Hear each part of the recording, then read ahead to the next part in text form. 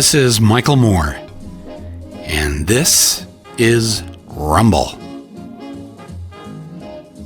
Well, I know, I'm just saying, you sound like you're in a good mood today. I guess I am. It's my mother's birthday. And if she were still with us, she would be 100 years old today. This is her 100th birthday. And, you know, birthdays were always a big thing in our family, and it was always April 2nd every year. And she's been gone now for, almost 18, almost 19 years. Wow. And, of course, my dad's been gone about 6-7 years. And so, as I've said to those of you before who no longer, you have a parent that's gone or both parents gone, it's a different kind of beast, isn't it? Essentially being now an official orphan. But still, and I've thought about this too, because my dad also would turn 100 this year. His birthday's in August. My parents, for that generation, post World War II, got married later than the other parents in the neighborhood. Our parents were always the oldest, it seemed, because they got married late and they had kids late. Late for back then, not for now. But I was just thinking of doing the podcast today, and then something happened earlier this week that really triggered me thinking about my mother. And so I thought, well, maybe I'll start by just saying a few words in honor of her. I asked my sisters if they would join me on this. They were taking a little... Well, let's just say they are not public people, but someday I can guarantee you they will come on this podcast and we'll talk about things. We're very close and very similar in many ways, and not so similar in other ways. Like, they do not sit down at a microphone so easily like this. But I was talking to them this week about our mother's 100th birthday coming up. And my younger sister, well, both sisters are younger, but one is like 11 months and a bunch of days younger than me, not even a full year. And then the other, my younger sister, is 3 years younger than me. And she was saying, if I were to come on the podcast, I would really want to talk about her strength and how strong she was, not trying to make a point of being strong.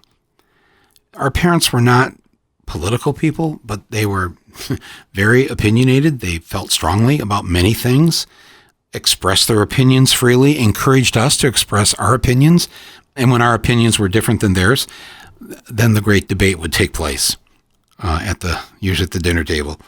But they were, especially my mom was very much, she was just my younger sister. She said to me, the youngest one of the three of us, she said, it's funny, when the modern day feminist movement began in the early 70s, a little bit late 60s, but early 70s, she said, at first I didn't quite understand it because our mother was already that. She always worked, always had a job. She went to college for 2 years, very not heard of in the Flint area back in the late 1930s, that you would be going to college. But she worked, and she wanted to live the life she wanted to live, and she wanted to travel, and she thought education was important. And I've told you the story before, how she taught me to read and to write when I was 4 years old. Had me reading the local newspaper at 4 years old. I mean, not the whole paper, but she started with a little weather box up at the top, and then different, sports scores and different things. And then by the time I went to kindergarten, I was reading books, and this is all her. I said to my sister, did you ever hear her refer to something as, oh no, that's the girls do that work. That's women's work, and they do that. You don't have to do that because you're a boy. She goes, no. She said that's why she was like a feminist before there were feminists, in the sense that she didn't treat us different from you or you different from us in that sense. I said, I know, that was really, and again, remember, I have to stress this so you don't get the wrong image. My mother was not a lefty.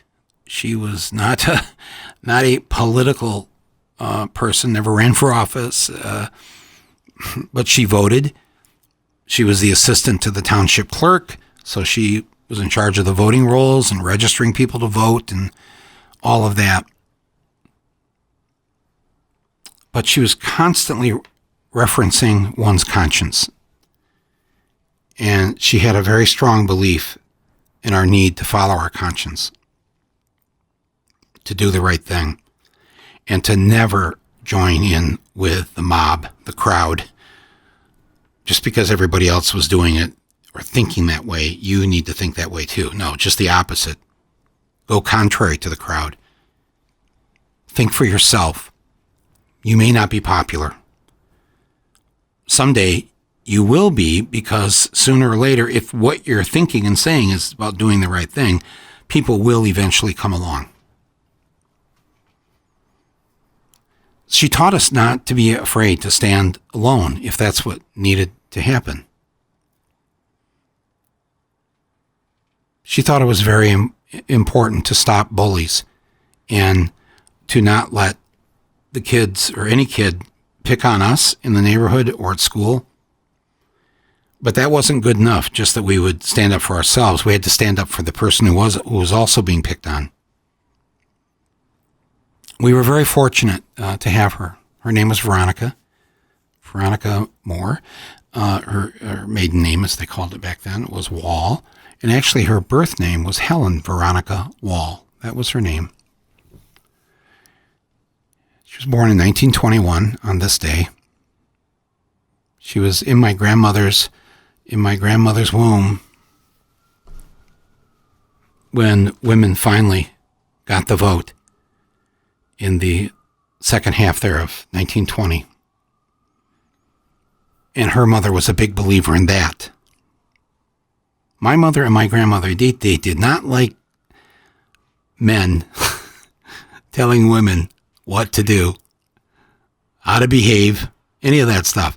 And my dad was already that way. He was already that kind of guy. He was not that bossy kind of, God damn it, I said do this. He was not that guy. He was like, I think he really liked that, frankly, about our mother. And kind of knew what the what was in terms of, how things were. I don't want to say that they weren't a democracy between the two of them, but if it came down to it, my mom would make the call.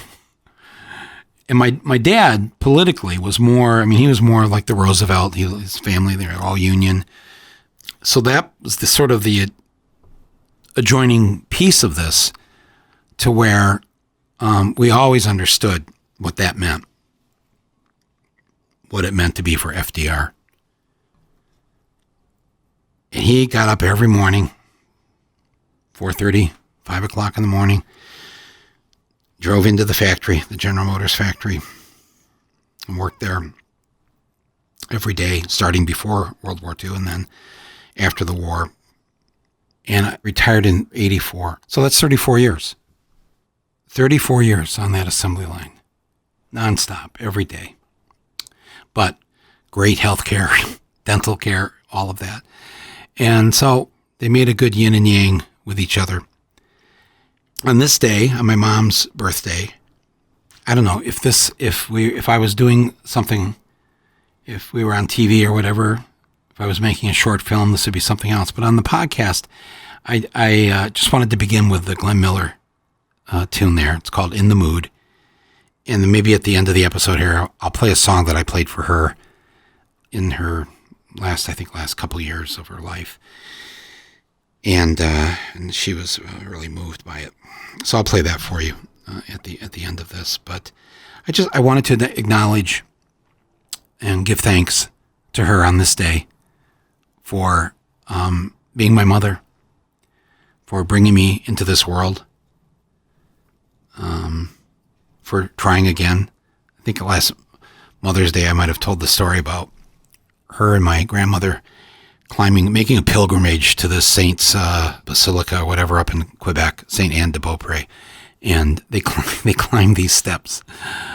They have to, back then for the pilgrimage, they have to climb it on your knees, like 29 steps, and she had just lost her first baby, had a miscarriage, and didn't know what to do, didn't know whether to try again or was afraid because if she did try again, the next one wouldn't make it. And so finally her mother said, let's get in the car and drive to Quebec City. And so that's what they did. And they made their pilgrimage.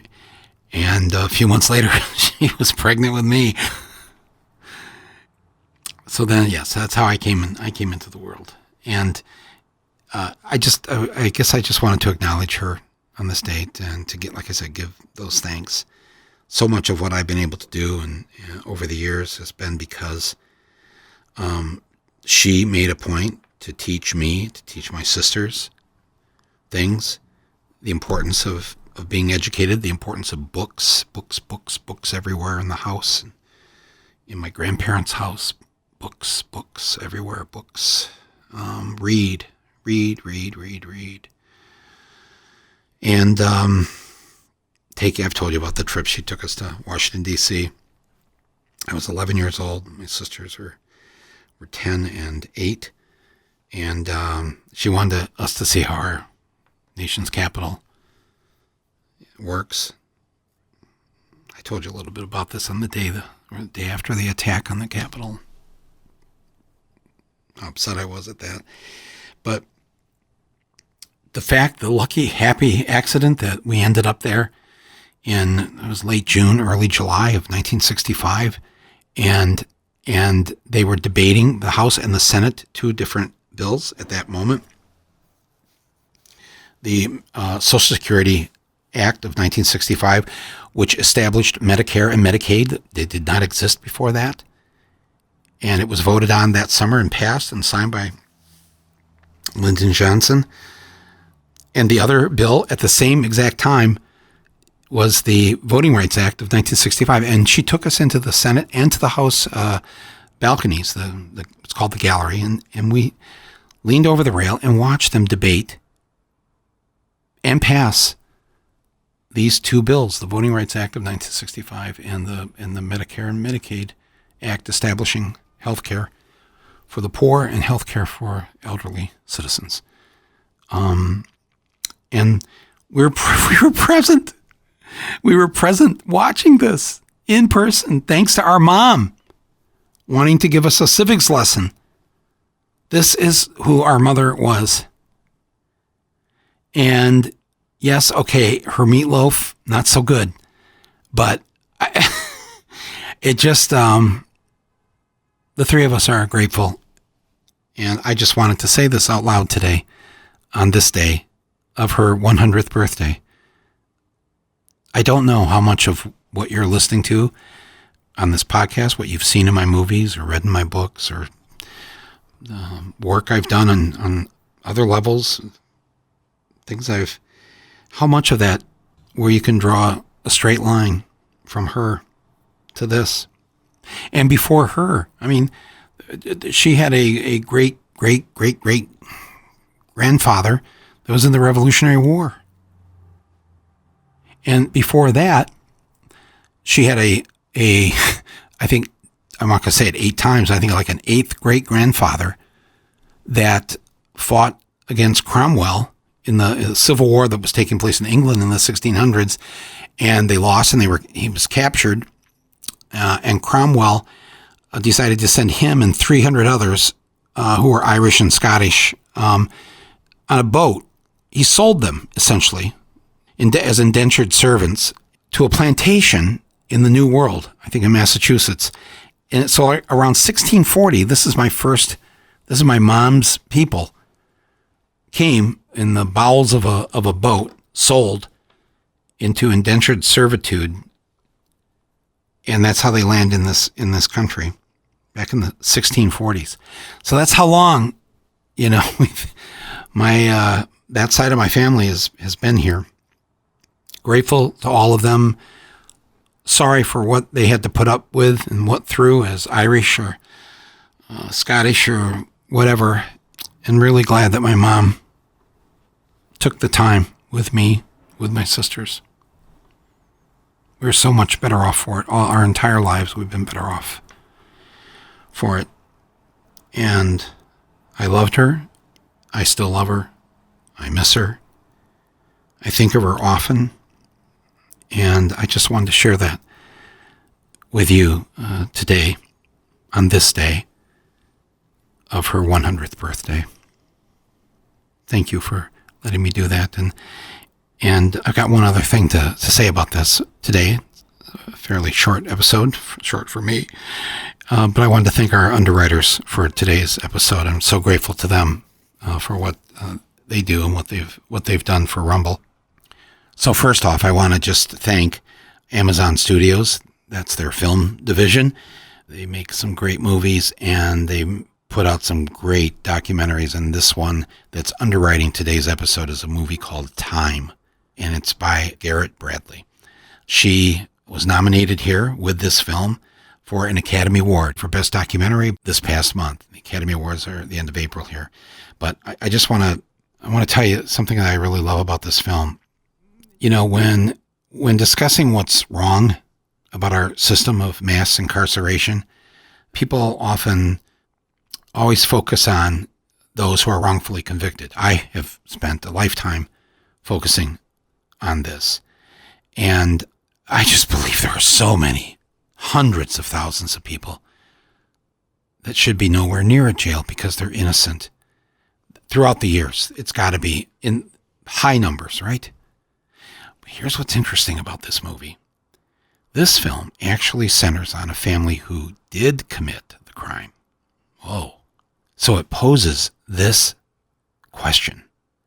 If someone makes a mistake, does that mean that they are now no longer worthy of love, compassion, and to be treated as a human being?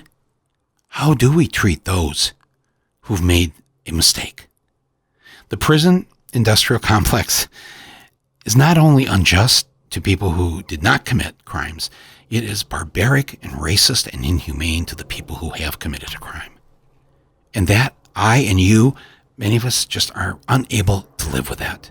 And this film helps tell that story and allows the audience to see life through their eyes. So, my friends, do yourself a favor. Watch the movie Time on Prime. I'll have a link to the film right here on the description page of this episode. And again, I want to thank Amazon Studios for supporting this podcast, supporting my voice, and supporting the work of talented filmmakers like Garrett Bradley and her excellent film, Time. And before we get back to my final words here on the episode today, I want to also thank our great underwriter, Signal Wire. Signal Wire. There's been a lot of talk about life here during the pandemic, getting back to normal pretty soon and all that. Well, one of the things that's here to stay, I think we all agree with this, for better or for worse, even if it's just a day a week, is working remotely. And that is what Signal Wire is here to do, to help us have a better experience working remotely from home or on the road or whatever. Signal Wire is a remote communication platform for people who like to actually, communicate. So if you're tired of confusing passcodes, crappy audio quality, a never-ending series of tech issues, and a screen full of people you can barely see or read their name or whatever, I've used this Signal Wire, so I'm telling you, it's the way to go, and it's what we're going to be doing whenever we need to do this. And I encourage you to start using Signal Wire too.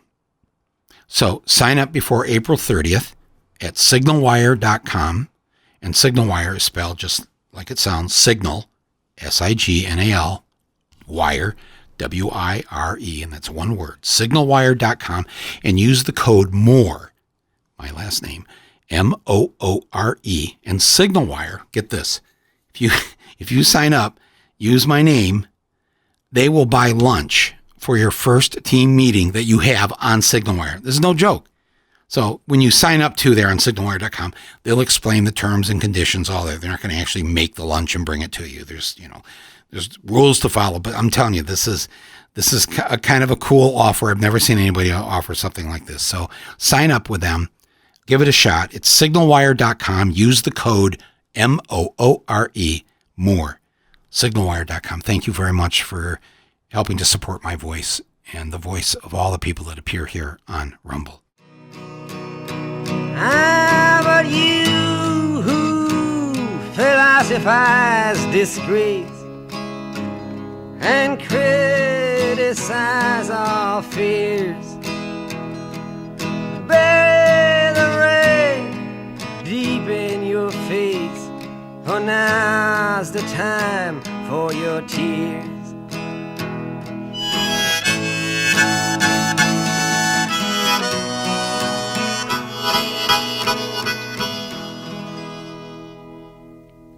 I can't breathe. I can't breathe. Thank you. I can't breathe. Stop moving. Mama.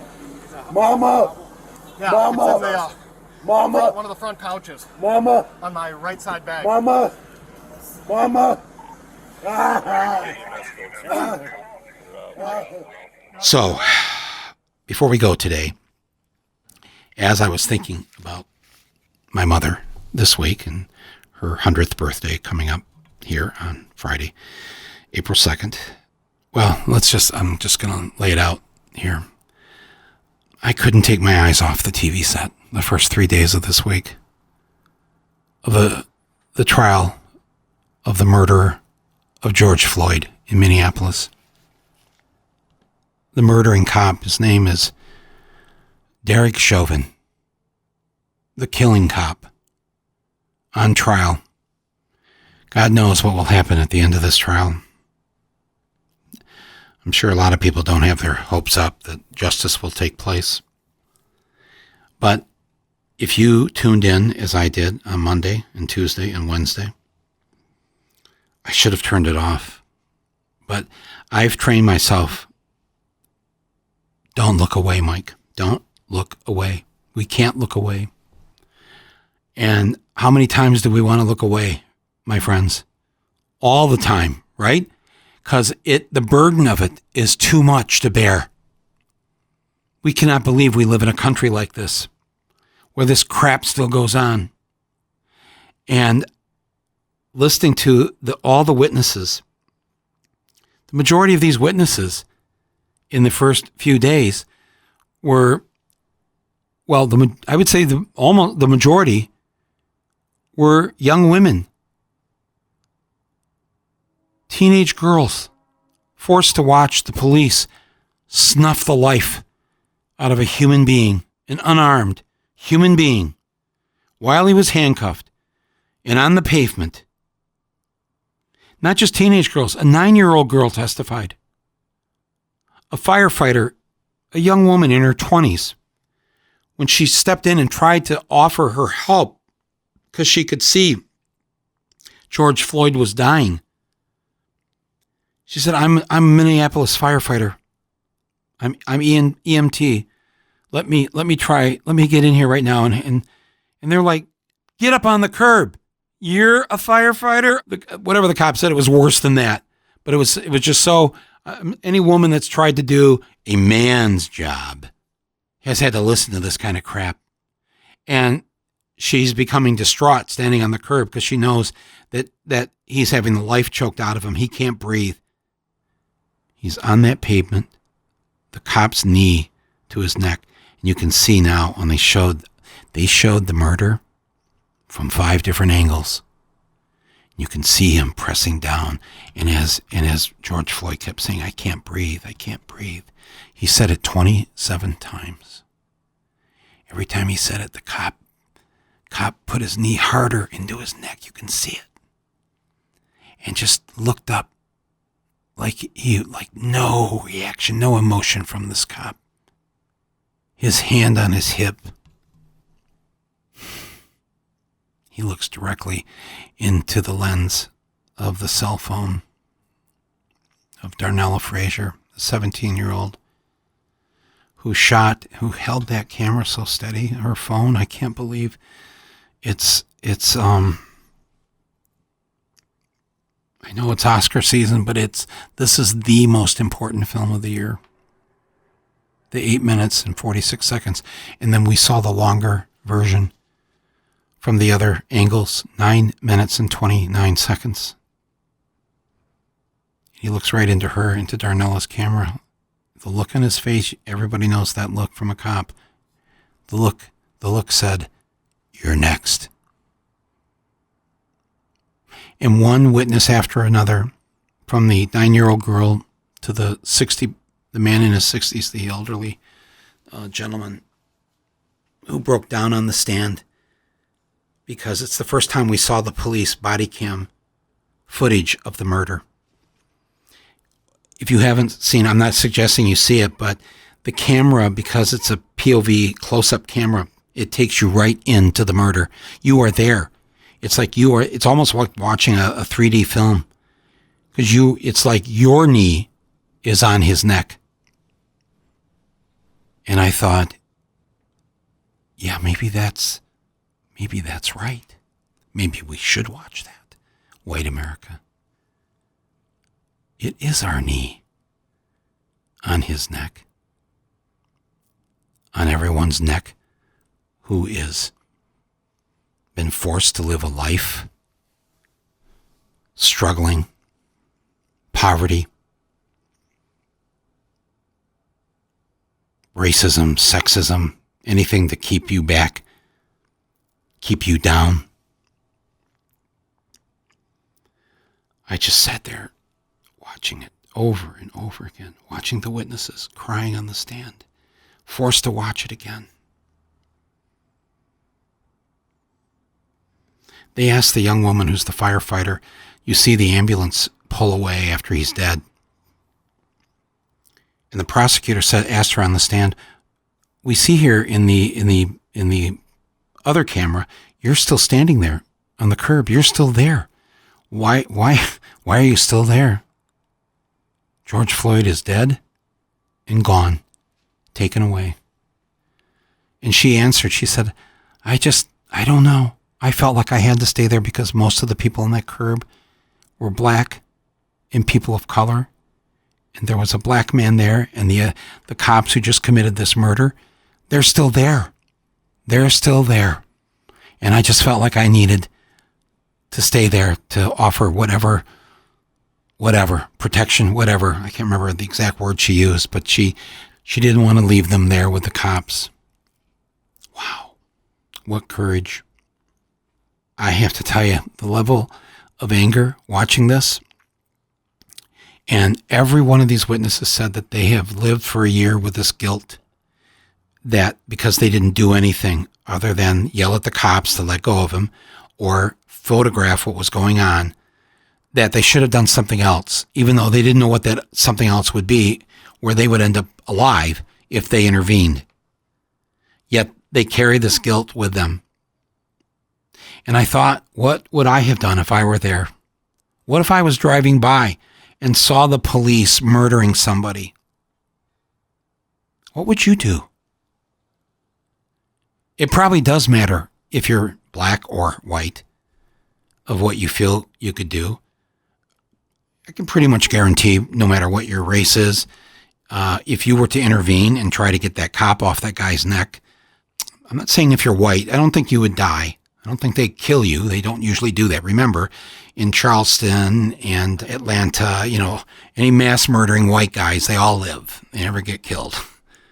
They take them in, peacefully. But what would you do? I couldn't get this thought out of my head. And I consider myself a pacifist. I am a nonviolent person. I do not commit acts of violence. I would not commit an act of violence. I don't believe violence is the answer. I have lived by that my entire life, since I was in school. And yet, if you were there, you'd feel just like those kids felt. I've got to do something. And, I want to reach out to them. Those kids, especially there's 4 or 5 of them that got their cameras out, their phones. You did something really important. You honored George Floyd by photographing not only his last moments here on earth, but showing the injustice that every black and brown person knows in this country. They already know it. They don't need to see the footage. But white people need to watch it over and over and over again. I'm sorry. We created the system. It was created in our name. It was meant to be passed on to us, and it was. And life was supposed to be easier for us, and it has been. Not for everyone, but most of us at least have had a leg up, at least have had a foot in the door, at least have had a chance. How about just a chance? We've had that. If you had a baseball bat and you came upon Officer Chauvin with his knee in the neck of a black man and he was killing him, and you could see the man's eyes rolling back into his head, as we saw and as we heard this week in that trial. If you had a baseball bat, could you walk up and just whack it right across that cop to get him off that dying man? Don't we agree as a society that we have both a moral and a legal right to intervene when we see somebody being murdered, raped, robbed, assaulted? Don't we have a moral and legal right to say, no, I now have a right to stop this by any means necessary? Don't say you don't believe that, because if someone was in the process of killing one of your parents, your spouse, your child, your friend, would you stand there? No. You wouldn't think straight. You'd jump in, you'd do something. You might get hurt. You might get killed. But I have to just be honest here. While I was watching that this week, I wanted to get out the baseball bat. I wanted to get out. I don't have a gun, but if I had a gun, would I have the moral and legal right to stop the murder of another human being?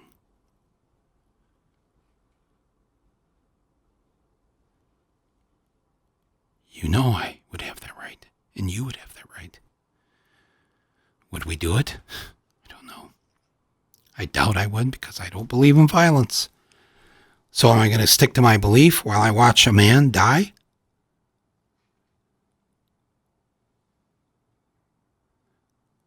I want to thank every single person on that curb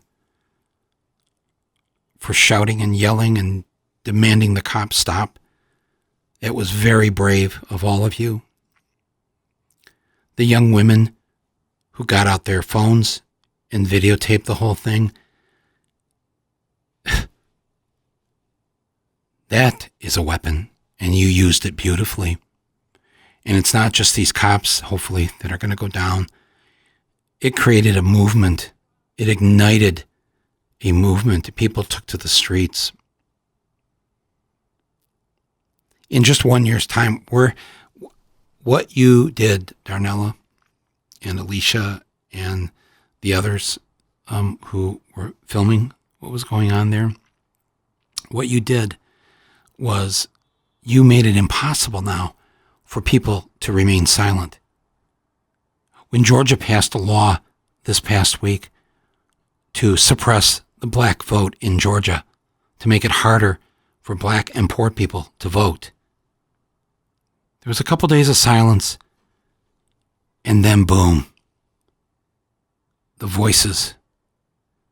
First, the voices of the black and brown community, of women, of Asian Americans. Boom. And after a couple days, probably the two biggest Georgia corporations, Delta Airlines and Coca-Cola, both spoke out against this Georgia racist law. Man, when you can't even keep corporate America on your side, you friggin' yahoos, you're doomed. You're over. You're not going to run this country anymore. You're not going to run us into the ground anymore. You're not going to kill people because of the color of their skin anymore. And everybody's going to vote freely and fairly and easily. And they just kept playing it over and over again. Mama, Mama, I can't breathe. Mama, Mama, I can't breathe. He's crying.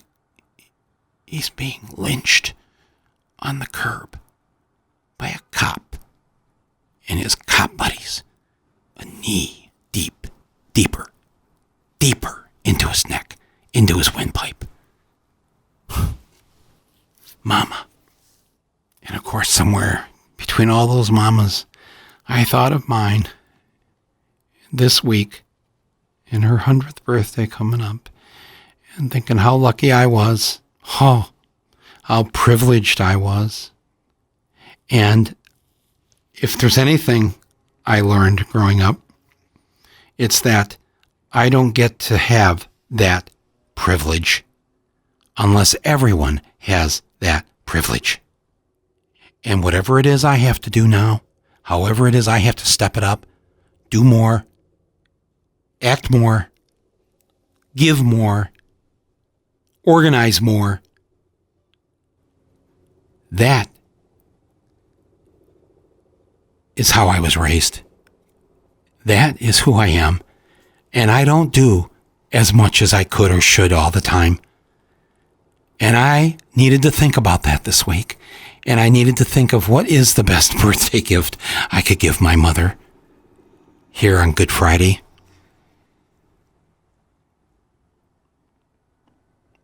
And that's what I'm thinking about today. And I'm so sorry, Mr. Floyd. I have cried too many tears this week, watching this over and over again and listening to these brave young people on the witness stand. I promise you I'll do my best to see that there are no more George Floyds, and especially there are no more Derek Chauvins. Actually, I want more George Floyds, but I want them alive. I want to make sure that there are no more murders of any further George Floyds in this country, done in my name, with my tax dollars, by a man in a uniform. That's over. And I will do my best, and I will do everything I can in my power and without my power. I'll do that to honor you, Mr. Floyd. And to my mother, wherever you are, to honor you for teaching me that that is the only thing that needs to be done. To always do that, to always do the right thing. I thank her for that. I thank all of you who are the same way, who are thinking the same thing, who are going to do the same thing, who are already doing the same thing. We're all going to do this together. We're all going to come out of this as a much better people. I do believe that. It won't happen on its own. It won't happen unless we all are willing to take the risk. Unless we're all willing to be brave. Yes, some of us may get hurt. Some of us may get punished. Some of us may not live. But there'll be less of that. Because we are the majority. We are taking the stand. I thank everybody who has done that. I thank the parents who raised all of you, who gave you a chance to do that. Your mothers, your fathers, the children that we have raised, are raising, all of that. The better world that we want. This can happen. It's up to us. I never want to hear another person say again that they can't breathe. And I always want to believe and know that if there's a knee on their neck, that is my knee. I am responsible. I have to stop it. You and I. There are tens, if not hundreds of millions of us, my friends. We have no other choice. I want to close by playing the song I played for my mom before she passed away. I wanted her to hear the song from a folk singer named Nancy Griffith. And the songwriter, her name was Julie Gold. And I believe in this version, it was a live version of Nancy Griffith, and Emmylou Harris joins her in singing this song. My mom always had a special place in her heart for New York because her sister had moved here after college and lived here her whole life. And so my mom came here a lot to see her sister. And then when we were kids, in addition to bringing us to D.C. to give us a civics lesson, she brought us to New York to take us to theater and music and all the great things about New York. Statue of Liberty, Ellis Island. She loved this place. She loved telling us about the immigrants that would come here. Our people, her people. You know, the descendants of slaves and the descendants of Native Americans, they didn't come through New York Harbor. One group was already here and was essentially annihilated. And the other group was kidnapped and brought here in chains and built this country for free as slaves. But all the rest of us whose people got out of wherever they were, who escaped here, who barely made it here, they were so poor. The song is called Goodnight, New York. And I played this for her, and she loved it. She teared up listening to it. And I'm glad I got to play it for her before she left us. So I'd like to end today by playing it for you, the entire song, and give it a listen. Have a good weekend. Be good to your moms if they're still with us. If they're not, think about all that she gave you. For those who didn't have it so good, didn't have a good home, I'm sorry. I am sorry for that, but please know that you're loved. And I know so many of you and you're people I've known through the years that you made a decision that when you were going to have kids that you were going to do it differently, and you did. And I've met your kids, and I can see that you've done that. So we can always change things and make them better. My good friends, thank you for listening today to my mother on her 100th birthday, to George Floyd, who there will be justice. We will live in a different America. Thank you, everyone. Nancy Griffith taking us out here with Good Night, New York. My mother came to America, sailed to the harbor of home, and